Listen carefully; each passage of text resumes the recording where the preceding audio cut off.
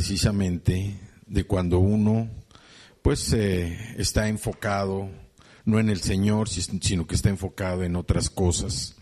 Y tenemos ejemplos de personas que, a pesar de que todos se enfocaron en otras cosas que no era el Señor, estas personas pudieron mantenerse fieles al Señor. Fieles al Señor.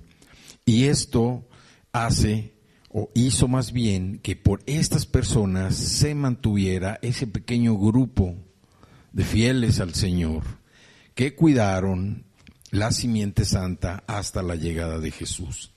Entonces, este mensaje se llama Israel pide un rey. Y vamos a abrir nuestra Biblia en Primera de Samuel.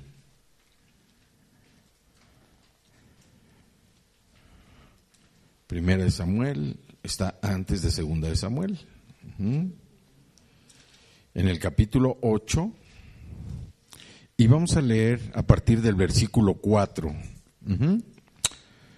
Yo tengo la Nueva Versión Internacional. Dice, por eso se reunieron los ancianos de Israel y fueron a Ramá para hablar con Samuel. Le dijeron, tú has envejecido ya y tus hijos no siguen tu ejemplo. Mejor danos un rey que nos gobierne, como lo tienen todas las naciones. Cuando le dijeron que querían tener un rey, Samuel se disgustó. Entonces se puso a orar al Señor. Pero el Señor le dijo, considera seriamente todo lo que el pueblo te diga. En realidad no te han rechazado a ti, sino a mí, pues no quieren que yo reine sobre ellos. Te están tratando del mismo modo que me han tratado a mí desde el día en que los saqué de Egipto hasta hoy. Me han abandonado para servir a otros dioses. Así que hazles caso, pero adviérteles claramente del poder que el rey va a ejercer sobre ellos.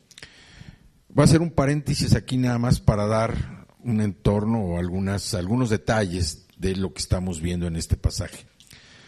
Samuel fue una persona, fue un sacerdote, fue también un profeta, fue también un juez que sirvió al pueblo de Israel, servía a Dios. Y Samuel se dedicó precisamente a profetizar, a proclamar la palabra. Está ya esta parte, es en sus últimos años de vida. Antes, en el capítulo 7, nosotros vemos cómo Samuel derrotó a los filisteos en Mizpa. Pero aquí ya es Samuel que está viejo, y está viejo. Y hay unos puntos a los que me quiero referir que deben llamar nuestra atención. Primero, dice que los ancianos de Israel se reunieron, fueron a ver a Samuel y le dijeron que como ya estaba viejo, pues que él ya no iba a poder tener facultades ni funciones, prácticamente ya era un desecho. Pero también le dicen que sus hijos no habían seguido su ejemplo. Y aquí a lo que me refiero es que por muy grande, por muy entregado que fuera Samuel, no hizo un trabajo mucho mejor que Elí, que era otro sacerdote también, en la preparación de sus hijos como padre. Entonces, aquí también nos dice que no importa cuán estemos nosotros involucrados en un ministerio, no podemos dejar de lado, no podemos darnos el lujo de descuidar la formación espiritual de nuestros hijos, ¿sí? Este es como un paréntesis que estoy abriendo en cuanto a la vida de Samuel. También vemos que aún en su vejez Samuel procuraba seguir esa parte tan importante de tener su relación con Dios, de escuchar la voz de Dios para ser guiado. Y ahí también nos dice que Samuel acudió al Señor. Y este es un ejemplo también para nosotros de no abandonar nuestra relación con Dios. Que ante cualquier circunstancia nosotros debemos acercarnos a Dios. Dios debe ser nuestra prioridad siempre.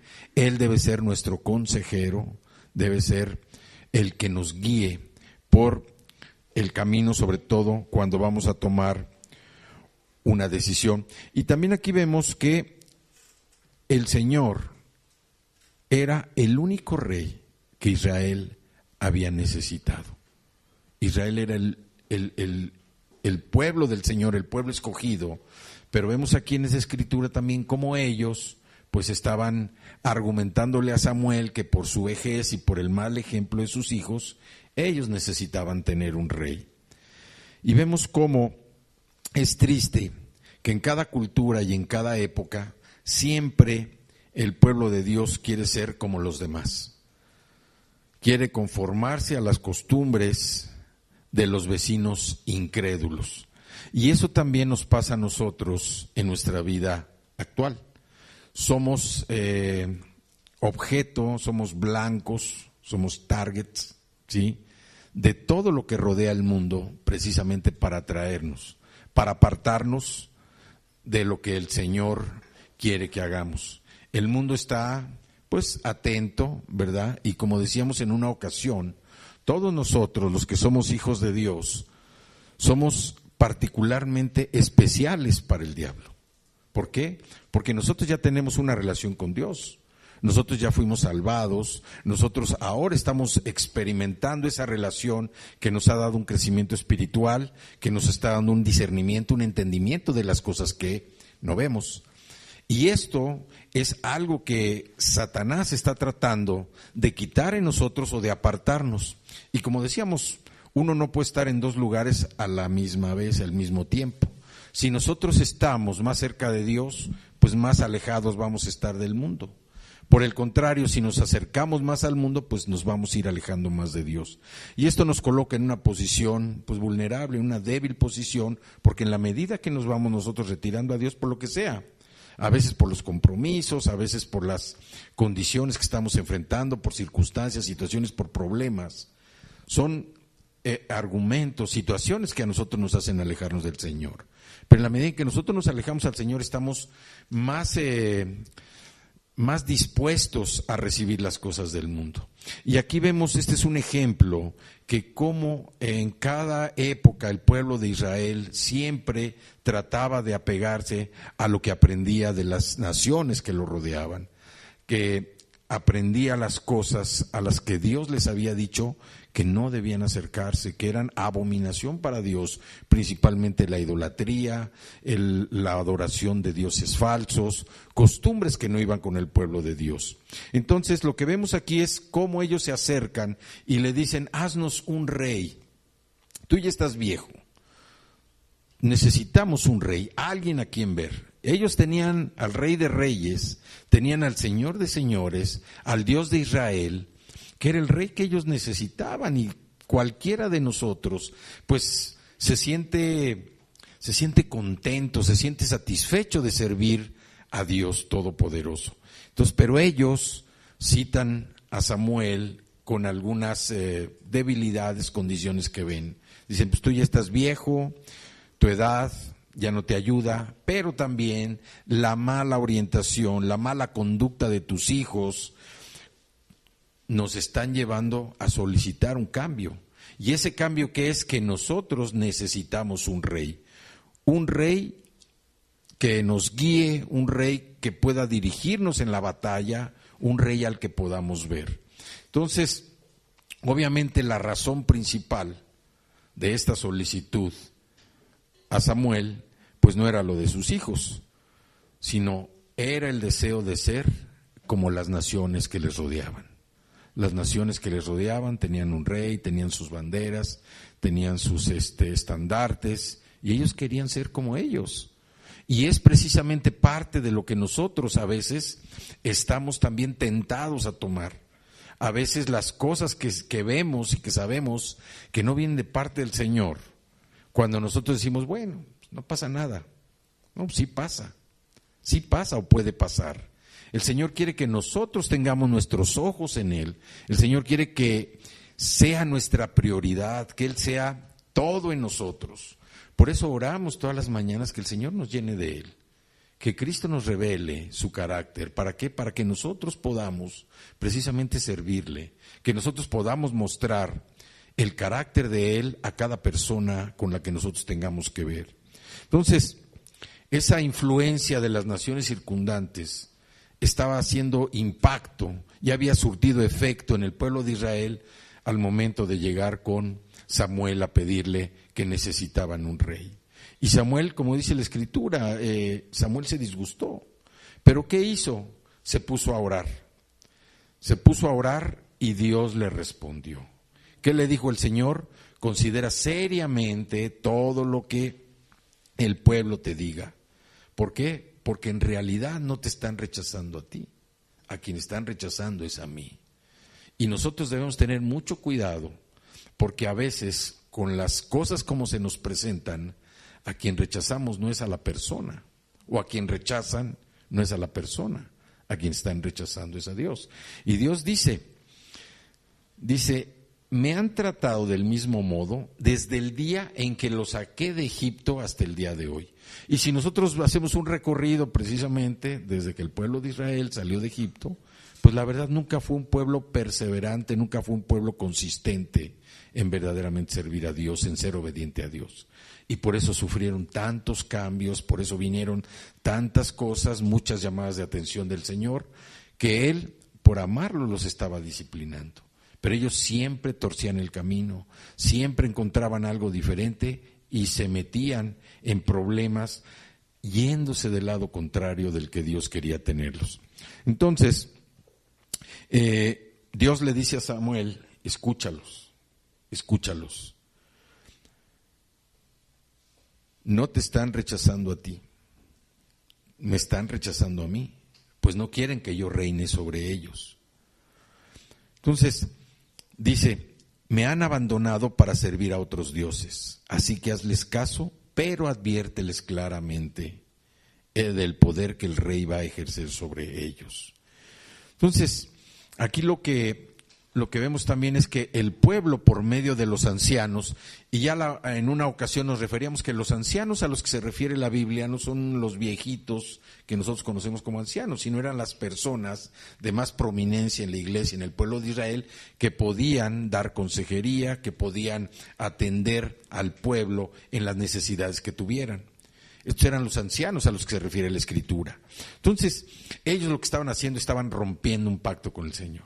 Decían, Señor, ya no quiero que seas mi rey, ahora yo quiero un rey de carne y hueso. Yo quiero ver a alguien, a una persona a la que me pueda dirigir.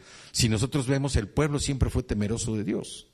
Cuando Moisés, pues mandaron a Moisés que hablara con el Señor, porque ellos tenían miedo de ver al Señor. Entonces mandaron a Moisés, aquí de igual manera. No queremos tener tratos con el Señor, estamos rompiendo un pacto y sí necesitamos ver a alguien como nosotros para que podamos nosotros vivir, que podamos nosotros acudir a Él y que alguien al que veamos nos pueda guiar también en la batalla, nos pueda guiar en la vida diaria. Esto también nos habla de que era un pueblo que tenía una visión corta, un pueblo que tenía vendas en los ojos y un pueblo también hasta cierto punto negligente, un puesto que no le gustaba orar. La forma en que los profetas se acercaban a Dios era por medio de la oración y Dios les contestaba directamente o les daba visiones. Aquí vemos cómo al pueblo de Israel no le gustaba orar. El pueblo de Israel oraba cuando estaba en una situación muy, muy extrema y que un profeta lo llevaba precisamente a orar, ya sea directamente profeta o directamente por el rey. Entonces vemos que era un pueblo que no le gustaba orar. Y así nosotros debemos tener cuidado en que nuestra relación con Dios debe estar sustentada en dos cosas: en la oración y en la escritura. Nosotros para orar al Señor debemos tener nuestra Biblia, nuestra escritura y también debemos orar. Y orar no es tomar un curso de cómo orar, sino simple y sencillamente abrir nuestro corazón, compartirle las cosas que tenemos en el Señor. Entonces, vemos aquí cómo la petición de estos hombres era: danos a alguien al que veamos, a alguien también al que a lo mejor podamos manipular, podamos controlar, podamos nosotros ejercer influencia para que haga las cosas de acuerdo a ¿qué? A nuestra voluntad. El problema era que estaban rompiendo un pacto con el Señor. Y este es un ejemplo nada más. Rompieron el pacto, rechazaron al Señor que era su rey y olvidaron la provisión constante que Dios les daba de protección. A partir de aquí, bueno, Samuel va a buscar precisamente esa persona. Dios le dice quién va a ser la persona. Entra en escena el rey Saúl y bueno, pues ya casi todos sabemos cuáles fueron las consecuencias de lo que vivió el pueblo de Israel con esto. Entonces, aquí el pueblo pide algo para ver.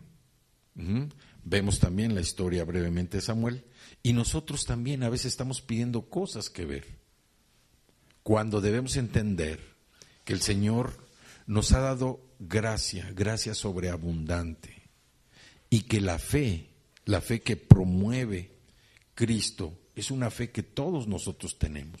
Desde el momento en que nosotros aceptamos al Señor, nosotros recibimos una medida de fe. Y esa fe va aumentando también en la forma en que nosotros nos vamos acercando más a Dios, en que los vamos conociendo, en que nos vamos dando cuenta que en nuestra propia vida, la transformación que está haciendo Dios en nuestra conducta, en nuestros comportamientos, nos está llevando a incrementar nuestra fe. Nos damos cuenta cómo el Señor, esa provisión de protección cada vez en nuestra vida, a veces ni nos damos cuenta, pero es evidente que todos los días el Señor tiene protección de nosotros. Si podemos pensar tantito en, 2, 3 cosas, nos vamos a dar cuenta cómo hay eventos en los que el Señor ha extendido su mano poderosa y nos ha librado de la muerte, nos ha librado de la enfermedad, nos ha librado de muchos problemas. Entonces, el pueblo pide un rey, pero siempre hay alguien que se queda precisamente para continuar con el plan, alguien obediente. Entonces, vemos cómo esa parte pequeña de judíos, esa parte pequeña de israelitas, esa parte pequeña del pueblo de Israel es el remanente. ¿Y qué es el remanente? El remanente es una comunidad, es parte de una comunidad que sobrevive a una situación difícil, a una situación triste, a una situación de gran destrucción, pero que queda viva, sobrevive y forma un núcleo, un pequeño núcleo. ¿Para qué? Para que se cree una nueva comunidad. Entonces, vámonos a Isaías, al capítulo 7.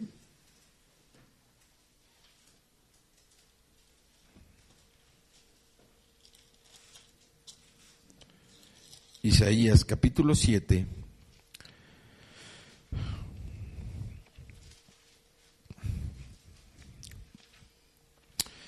El remanente es una palabra que está cargada de significados. Por un lado, nosotros vemos cómo contrasta la misericordia de Dios con su castigo, porque el remanente es la señal de la ira, pero también de la gracia divina. Y ahorita lo vamos a ver aquí en Isaías capítulo 7, en el versículo 3, dice: el Señor le dijo a Isaías: ve con tu hijo Sear Yasub. Sear Yasub significa el remanente volverá, a encontrarte con Acaz, donde termina el canal del estanque superior, en el camino que conduce al campo del lavandero. Aquí vemos cómo para predicar el mensaje del Señor, Isaías primero tuvo una visión sobre la santidad de Dios. Solo entonces Isaías pudo predicar adecuadamente un mensaje de condenación. Isaías era un profeta que constantemente estaba predicando ese mensaje de condenación para el pueblo de Israel. No le hacían caso, pero sí vemos cómo Dios limpió al profeta en preparación para su ministerio. Y Dios también le recordaba al profeta que la gente se iba a endurecer, que la gente no le iba a hacer caso, se iba a negar a responder a su mensaje. Y por esa razón, temporalmente iban a ser llevados en cautiverio. Isaías estaba profetizando todo eso, pero que un remanente iba a permanecer en la tierra. Isaías, como sabemos, murió antes del cautiverio, pero él se dedicó a predicar su mensaje de condenación a lo largo de su vida. También el Señor proveyó un mensaje de esperanza. Un remanente, la 10ª parte del pueblo, que iba a permanecer en la tierra precisamente para cuidar ese remanente fiel. Después vino el ataque de Nabucodonosor, la invasión, y se llevaron a ese remanente cautivos a Babilonia. Entonces, nosotros debemos tener esa parte muy clara, que nosotros, antes de poder servir a Dios, debemos tener ese concepto claro de lo que Dios es. Dios es todopoderoso, Dios es soberano, y nosotros, el compromiso que hacemos con el Señor es un compromiso de tiempo, no es un compromiso de circunstancias. Es ahorita, como decía el Saúl en la parte de la oración, debemos estar dispuestos a servir al Señor. En cualquier circunstancia, nuestra actitud es servir a Dios para que las personas conozcan el poder del Señor, para que las personas también conozcan que Dios es el que hace las cosas, no nosotros, que nosotros somos instrumentos nada más, y no es porque nosotros queramos ser reconocidos. La obra que cada uno de nosotros tiene en sus manos y esa disposición a actuar es precisamente para que el Señor sea glorificado. Entonces, nosotros debemos tener claro que cuando servimos a Dios, estamos sirviendo al Dios del universo, al creador de todo lo que se ve y no se ve. Él es nuestro umbral. Dios es al que nosotros debemos admirar, al que nosotros debemos venerar, al que nosotros debemos honrar, al que nosotros debemos obedecer, al que nosotros debemos servir, al que nosotros debemos amar, al que nosotros debemos buscar. Porque Dios, cuando nosotros lo buscamos, Dios tiene la disposición siempre de atendernos. Él no se anda escondiendo, Él no nos anda posponiendo las citas, Él no anda dándonos largas para atender nuestra necesidad o nuestro llamado. Dios siempre está dispuesto. Vamos a Isaías, allá adelantito. Isaías 10. Y vamos a leer este versículo a partir del versículo 20. Yo estoy leyendo la Nueva Versión Internacional. Dice la Escritura: en aquel día ni el remanente de Israel ni los sobrevivientes del pueblo de Jacob volverán a apoyarse en quien los hirió de muerte, sino que su apoyo verdadero será el Señor, el Santo de Israel. Y aquí lo que vemos es que a pesar del castigo que Dios tuvo contra Israel a través de esas invasiones asirias, la nación permaneció sin arrepentirse. La nación permaneció dura de cerviz, necia, no entendió lo que el profeta le decía. Y vemos cómo también es una demostración que toda la nación, desde el profeta, todos los habitantes eran corruptos. Y por esta razón la mano de Dios se mantenía extendida en contra de ellos en el juicio. Vemos también cómo la destrucción de Asiria está presente, precisamente porque Dios, con ese remanente, iba nuevamente a restaurar el templo, iba a restaurar los muros, iba a restaurar la condición espiritual del pueblo de Israel, con ese remanente, restaurar la condición espiritual. Y ese remanente prácticamente era el trabajo que tenía, restaurar la condición espiritual. Sí había un trabajo físico, pero lo más importante era restaurar la condición espiritual, que el pueblo volviera a entender que la prioridad era Dios, que a Dios había que servirle, que tenían que alejarse de dioses falsos, que no tenían que adoptar la idolatría de los pueblos que tenían alrededor, sino que Dios era la prioridad. Entonces vemos también cómo dice que Dios a nosotros nos está hablando por medio de diferentes circunstancias en la vida. Aquí estaba hablando al pueblo de Israel por medio del profeta Isaías, ¿sí? Dice: en aquel día ni el remanente de Israel ni los sobrevivientes del pueblo de Jacob volverán a apoyarse en quien los hirió de muerte, sino que su apoyo verdadero será el Señor, el Santo de Israel. Él debe ser precisamente en quien nosotros debemos apoyarnos, en el Señor. Y el versículo 21 dice: y un remanente volverá, un remanente de Jacob volverá al Dios poderoso.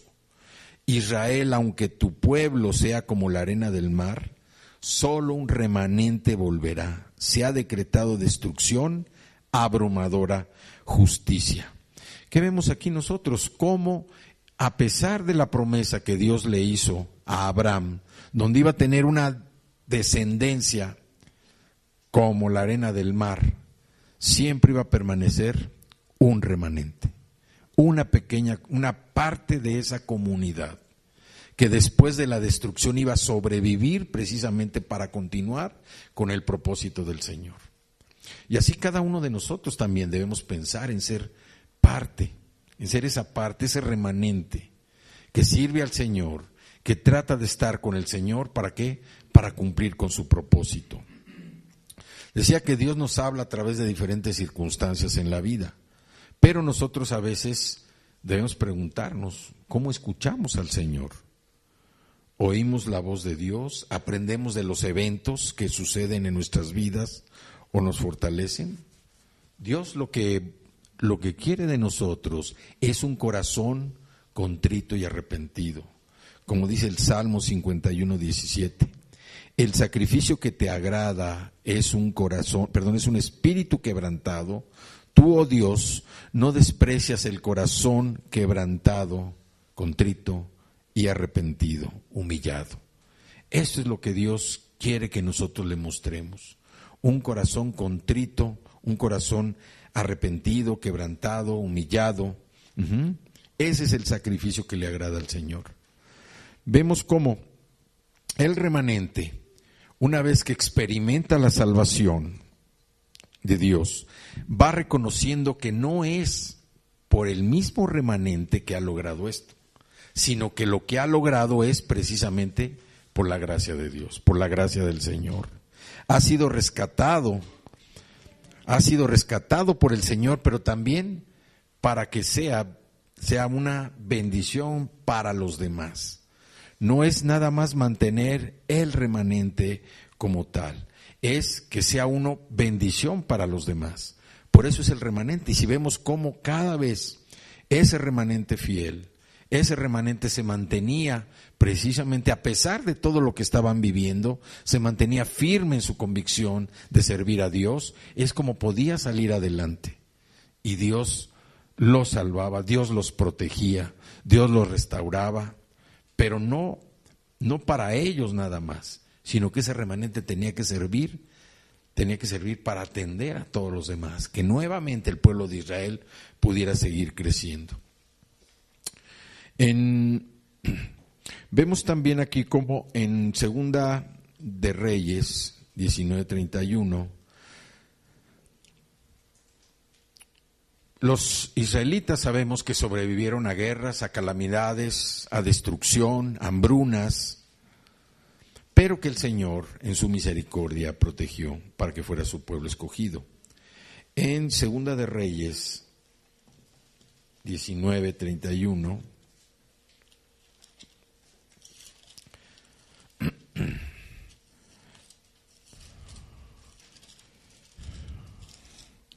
dice la Escritura: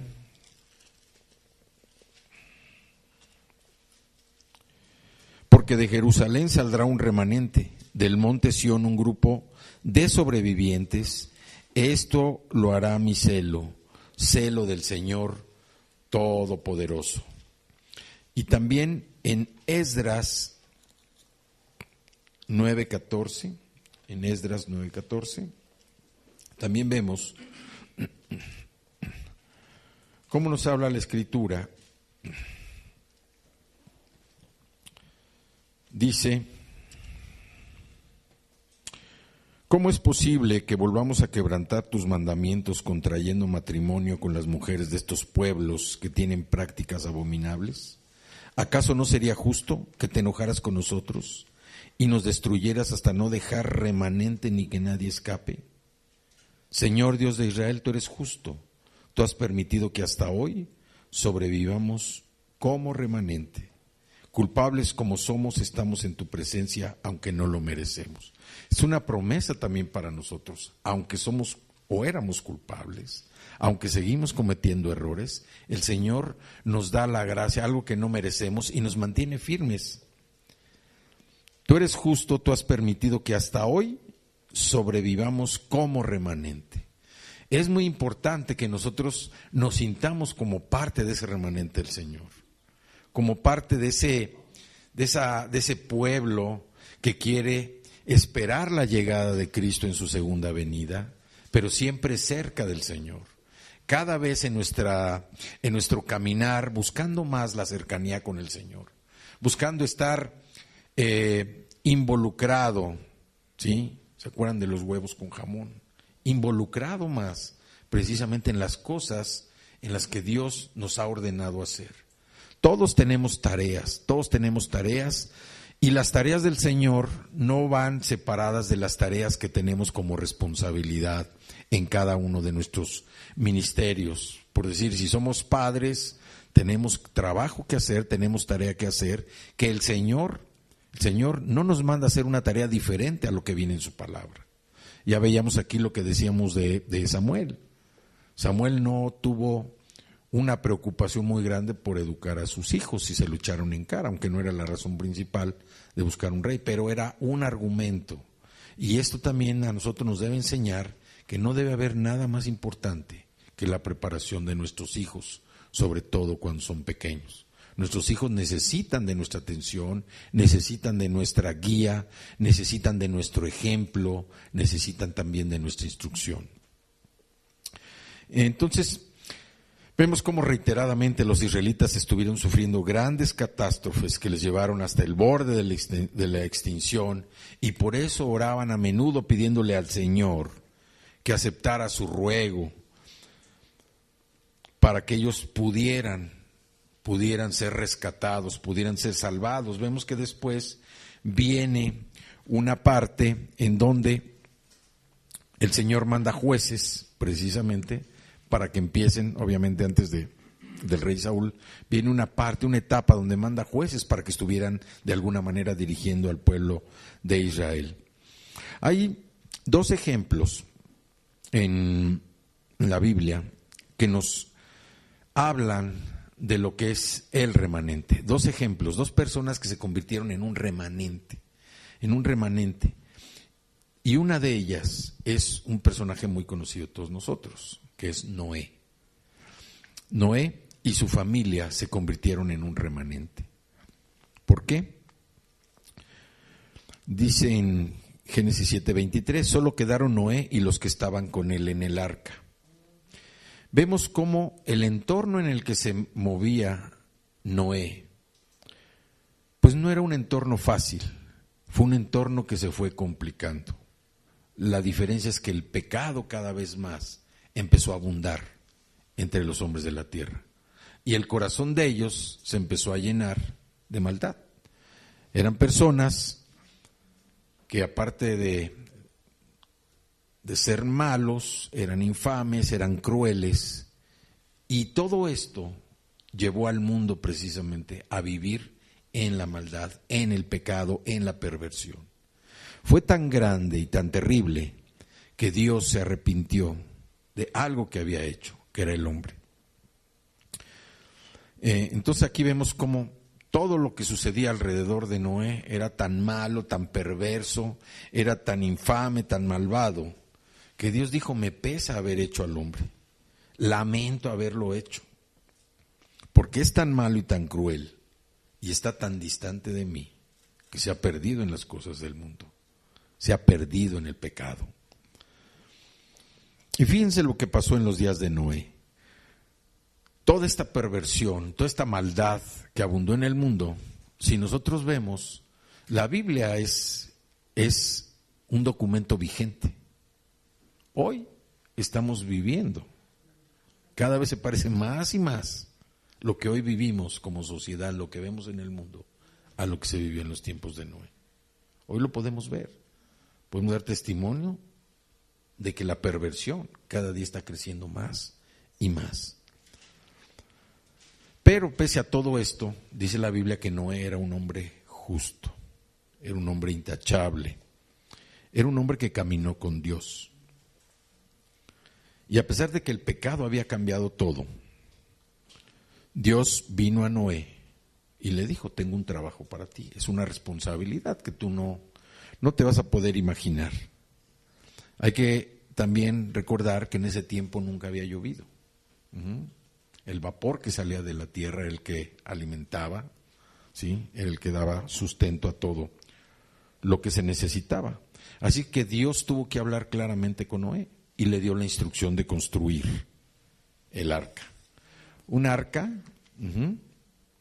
que iba exclusivamente nada más a proteger a Noé y a su familia, y a los animales y los insectos que Dios iba a preservar. Pero era un trabajo complicado. Nosotros lo hemos visto así, tal vez muy rápido, porque Noé tenía que buscar los árboles, tenía que talarlos, tenía que jalarlos hasta el lugar donde iba a construir el arca. No había sierras eléctricas, no había equipo para hacer ese trabajo. Entonces, si podemos ahondar un poquito, nos vamos a dar cuenta que era un trabajo difícil, era un trabajo pesado. Pero Noé fue obediente a lo que Dios le mandó, porque sabía que la instrucción de Dios, él no tenía, yo pienso, una dimensión de lo que iba a suceder, pero él se dedicó a trabajar,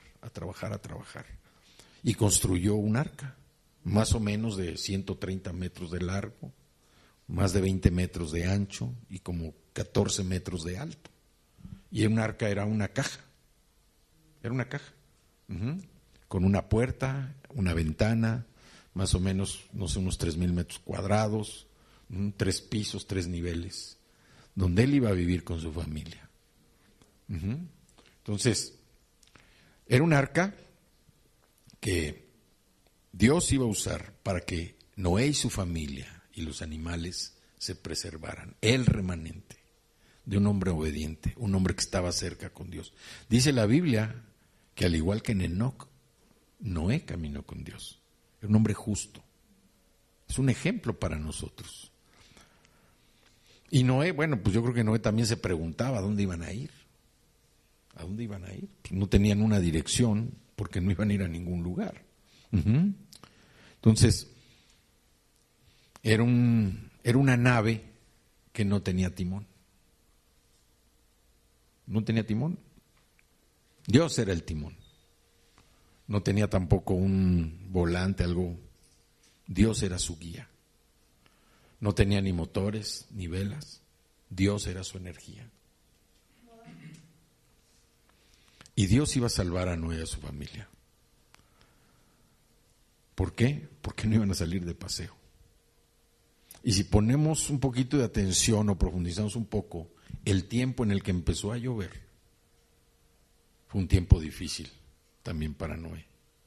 Sus amigos, su familia, familiares de ellos, ¿sí? Se murieron ahogados. Empezó a llover primero poco, luego otro poco más, hasta que se vino la tormenta, ¿sí? Y en ese momento, bueno, pues las personas han de haber creído ya en el mensaje de Noé, pero pues ya era demasiado tarde. Gente que ha de haber estado golpeando la puerta del arca, empezarla a ver que se empieza a mover y que el agua sigue creciendo. Y digo, para Noé también difícil porque parientes de él pues se murieron. Amigos, vecinos, ¿sí? Esto también ¿de qué nos habla? Que nosotros no podemos dejar pasar el tiempo también para compartir.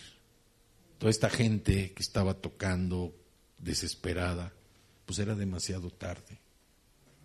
Nosotros no podemos permitir que el tiempo siga pasando para que nosotros podamos compartirle a alguien de Cristo. ¿Sí?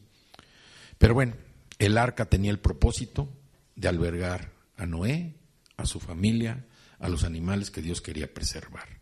Y ese era el propósito. Era el propósito porque no iban a ir de paseo. Era el propósito preservar a ese remanente fiel de donde iba nuevamente a surgir toda una nación. Entonces, este es uno de los ejemplos que tenemos como remanente. ¿Cuál es el otro ejemplo? El otro ejemplo lo tenemos con Elías. ¿Sí? También todos conocemos más o menos la vida del profeta Elías. Era un hombre fiel también, un hombre muy entregado al Señor, un hombre con una relación con el Señor bastante profunda, un hombre que después de algo grande que Dios le mostró, como haber vencido a los profetas de Baal, después de haber acabado con 450 profetas del diablo, pues huye de una mujer, de Jezabel, y se va a esconder. Entonces aquí también nos habla cómo pues el corazón del hombre finalmente es un corazón que muestra debilidades. Por eso nosotros, para permanecer como remanentes, debemos estar firmes en quien creemos. Debemos estar firmes en que el fundamento de nuestra fe, Jesucristo, es el que nos va a dar el sustento para que nosotros podamos continuar nuestra vida cada día. ¿Qué hizo Elías? Elías acusó al pueblo de Israel delante de Dios. Vamos a Primera de Reyes, ahí atrásito, Primera de Reyes, y vamos a leer el capítulo 19.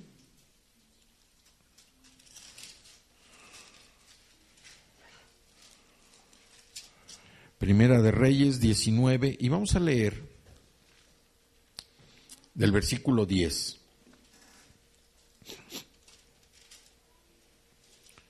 Dice 19:10. Aquí vemos cómo Elías iba huyendo, llega a una cueva, atravesó, el Señor lo alimentó. Dice el versículo 10. Más tarde la palabra del Señor vino a él. ¿Qué haces aquí, Elías?, le preguntó. Me consume mi amor por ti, Señor Dios Todopoderoso, respondió él. Los israelitas han rechazado tu pacto, han derribado tus altares y a tus profetas los han matado a filo de espada. Yo soy el único que ha quedado con vida y ahora quieren matarme a mí también. ¿Sí? Quien lo quería matar pues era Jezabel. El Señor le ordenó: sal y preséntate ante mí en la montaña, porque estoy a punto de pasar por ahí. Y esta parte también es yo me imagino a Elías en cómo se presenta ante el Señor. Y el Señor cómo le muestra diferentes señales, tratando de que Elías verdaderamente encuentre al Señor. Aquí lo que vemos es que Elías, por todo lo que traía, toda la presión que traía sobre su vida, la amenaza que tenía de Jezabel, pues como que estaba revuelto, como que estaba confundido. Entonces dice aquí: sal y preséntate ante mí en la montaña, porque estoy a punto de pasar por ahí. Como heraldo del Señor, dice que vino un viento recio, tan violento que partió las montañas e hizo añicos las rocas. Pues Elías ha de haber dicho: este es Dios. ¿Sí? Imagínate o imagínense un viento tan fuerte que destruye una montaña. ¿Sí? A ver si un viento, pues, como una bomba, una dinamita en una montaña y de las que usan para hacer carreteras. Dice: como heraldo el Señor vino un viento recio, tan violento que partió las montañas e hizo añicos las rocas. Pero el Señor no estaba ahí. Al viento lo siguió un terremoto. No dice que un temblor, dice que un terremoto. Y todos sabemos lo que es un terremoto. Un terremoto es algo que destruye, es algo tan fuerte que no, pues prácticamente no deja nada en pie. Siguió un terremoto, pero el Señor tampoco estaba en el terremoto. Después dice que vino un fuego. Y Elías había dicho: bueno, no fue el viento, no fue el terremoto, pues de seguro aquí va a ser el fuego, ¿sí? Pero el Señor tampoco estaba en el fuego. Y después del fuego vino un suave murmullo. Cuando Elías lo oyó, se cubrió el rostro con el manto y saliendo se puso a la entrada de la cueva. Entonces oyó una voz que le dijo: ¿qué haces aquí, Elías? Él respondió: me consume mi amor por ti, Señor, Dios Todopoderoso. Los israelitas han rechazado tu pacto, han derribado tus altares y a tus profetas, los han matado a filo de espada. Yo soy el único que ha quedado con vida y ahora quieren matarme a mí también. Aquí el Señor le dice, regresa por el mismo camino, ve al desierto de Damasco, cuando llegues allá, unge a Hazael como rey de Siria, a Jehú, hijo de Nimsi, como rey de Israel, unge también a Eliseo, hijo del Safat, de Abel Mejolá, para que sea tu asistente y se quede como profeta.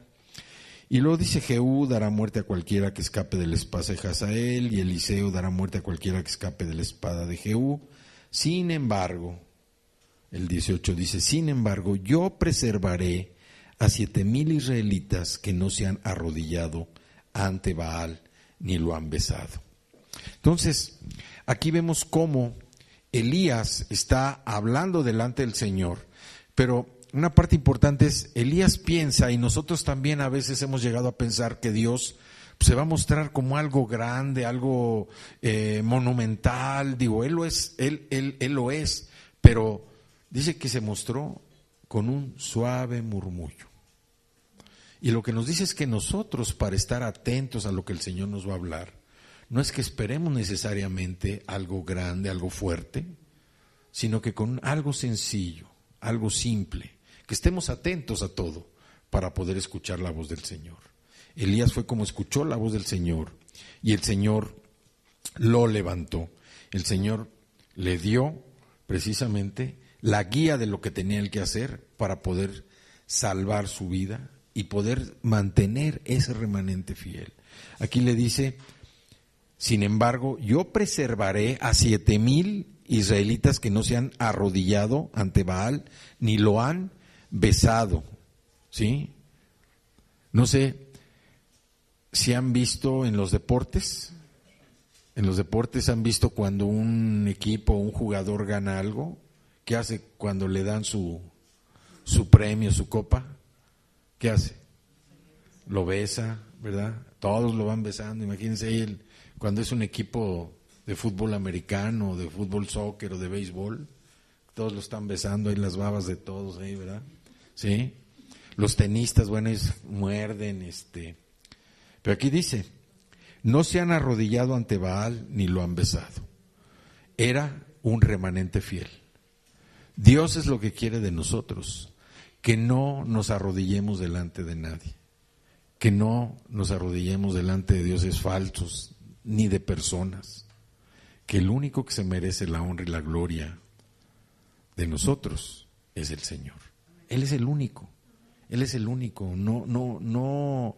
El Señor lo que quiere es abrir nuestros ojos. No hay nadie ni nada tan grande, ni tan importante, ni tan poderoso como Dios, que haga que nosotros nos arrodillemos.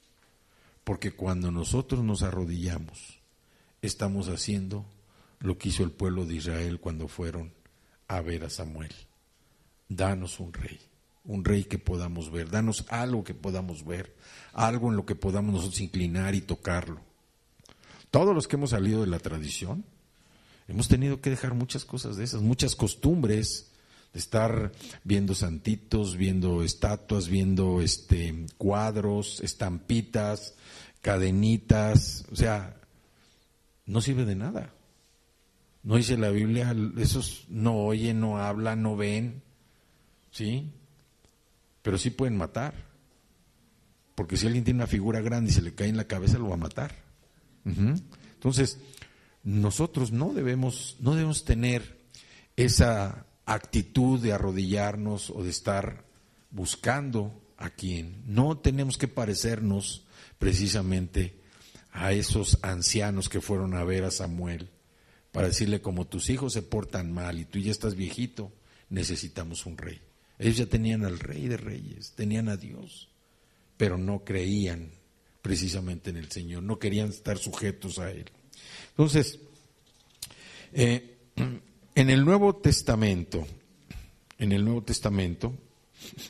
aquí vemos cómo los que quedaron, los que escaparon, esa parte del pueblo de Israel, viene desde Deuteronomio. Hay una cita en Deuteronomio, hasta no la busquen, dice, Jehová los esparcirá entre los pueblos y quedarán pocos en número entre las naciones a las cuales los llevará Jehová. Aquí vemos cómo Moisés está advirtiendo precisamente que si Israel deja de cumplir con los requisitos del pacto mosaico, entonces el Señor los iba a esparcir por todas las naciones y entonces, de cualquier manera, el Señor iba a reunir a su remanente. Vamos a Romanos capítulo 11. Romanos capítulo 11. Y vamos a leer del versículo 1. Dice, por lo tanto, pregunto, este es Pablo, el que escribió esta carta a los romanos, que dice, por lo tanto pregunto, ¿acaso rechazó Dios a su pueblo? De ninguna manera. Dios no rechazó a su pueblo. Yo mismo soy israelita, descendiente de Abraham, de la tribu de Benjamín. Dios no rechazó a su pueblo, al que de antemano conoció. ¿No saben lo que relata la Escritura en cuanto a Elías? Acusó a Israel delante de Dios. Señor, han matado a tus profetas y han derribado tus altares. Yo soy el único que ha quedado con vida y ahora quieren matarme a mí también. ¿Y qué le contestó la voz divina? He apartado para mí 7,000 hombres, los que no se han arrodillado ante Baal. Así también hay en la actualidad un remanente escogido por gracia. Y es por gracia, ya no es por obras, porque en tal caso la gracia ya no sería gracia. ¿Qué concluiremos? Pues que Israel no consiguió lo que tanto deseaba, pero sí lo consiguieron los elegidos. Los demás fueron endurecidos, como está escrito. Aquí vemos también lo que dice Mateo 22:14. Muchos son los invitados y pocos los escogidos. El Señor abre sus brazos, ha abierto sus brazos, ha abierto la salvación para todo el mundo. Dice la Escritura que para que nadie se pierda. Pero dice que son pocos los escogidos. Y nosotros debemos considerarnos precisamente como esa parte, esa 10ª parte de los escogidos, el remanente que quiere preservar al Dios de Israel, que quiere preservar a Jesucristo como un estandarte de nuestra fe, de nuestra creencia, como un sustentador de nuestra propia vida. Pero nosotros tenemos que ser fieles. En esta parábola, la parábola es precisamente la parábola del banquete de bodas, donde dice, porque muchos son los invitados, pero pocos los escogidos. Dios invita a muchos, tal vez a todos, ¿sí? A todos los invita para ser parte de su reino, pero solo unos cuantos, unos pocos son los elegidos. Y esto no significa que Dios elija arbitrariamente, sino que aquí la invitación debe ser aceptada. Así como cada uno de nosotros llegamos por esa aceptación, esa invitación, y la aceptamos, nosotros empezamos a modificar desde nuestra manera de pensar hasta nuestra manera de vivir. Nuestra conducta ha venido cambiando, nuestra conducta, nuestro comportamiento tiene que ser evidencia de que verdaderamente somos un pueblo elegido, de que somos ese remanente en el que Dios está trabajando hoy para ser de los elegidos cuando Cristo venga. Que nosotros estemos seguros, no dudando de nuestra salvación, no dudando de lo que es Cristo, no dudando del fundamento de nuestra fe, sino estar seguros de que somos parte de ese remanente al que Dios está preparando para la segunda venida de Cristo. Ese remanente que Dios tiene en el hueco de su mano. Ese remanente que disfruta de la gracia del Señor. Ese remanente que disfruta de la provisión, no solamente de las necesidades materiales, de la provisión espiritual, de la provisión de su protección. Que Dios nos ama tanto, tanto, que cada uno de nosotros, como decía ahorita uno de los versículos, sobrevivimos hoy por su gracia. Que estamos de pie, bueno, están sentados, pero estamos de pie por decir, metafóricamente hablando, estamos de pie porque Dios nos ama. Y nos ama con un amor eterno. Nosotros, cuando aceptamos a Cristo, no teníamos tal vez la idea tan grande y tan profunda de lo que estábamos haciendo. A lo mejor cuando recibimos a Cristo estábamos pasando por un momento difícil que nos orilló, nos influenció precisamente a decir sí quiero recibir, porque mi vida está de cabeza, porque tengo muchos problemas y sí lo acepto. Pero no teníamos una idea clara de lo que Dios iba a hacer en la vida de cada uno de nosotros.